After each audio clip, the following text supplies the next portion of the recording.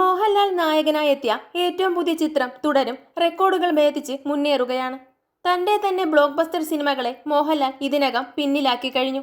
തരുൺ മൂർത്തി തങ്ങളുടെ പഴയ മോഹൻലാലിനെ തിരികെ കൊണ്ടുവന്നെന്നാണ് ആരാധകർ ഒന്നടങ്കം പറയുന്നത്.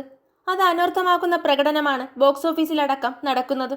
കേരളത്തിൽ ചിത്രം മികച്ച മൗത്ത് പബ്ലിസിറ്റിയോടെ മുന്നേറുമ്പോൾ തമിഴിലും വരവറിയിക്കാൻ ഈ ചിത്രം ഒരുങ്ങുകയാണ്. മലയാളത്തിൽ തുടരുമെന്നാണ് സിനിമയുടെ പേരെങ്കിൽ തമിഴിലത് തുടരുമാണ്.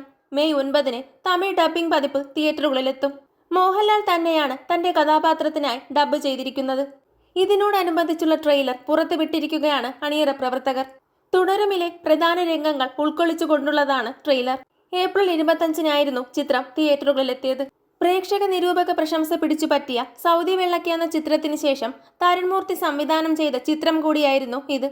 15 വർഷത്തിന് ശേഷം ഹിറ്റ് കോംബോയായ മോഹൻലാൽ ശോഭന കൂട്ടുകെട്ട് ഒന്നിച്ചെത്തിയതും പ്രേക്ഷകരിൽ സിനിമയോട് മതിപ്പുളവാക്കിയിരുന്നു. മോഹൻലാലിനൊപ്പം തന്നെ വില്ലൻ വേഷത്തിലെത്തിയ പ്രകാശ് വർമ്മയ്ക്കും പ്രശംസ ഏറെയാണ്.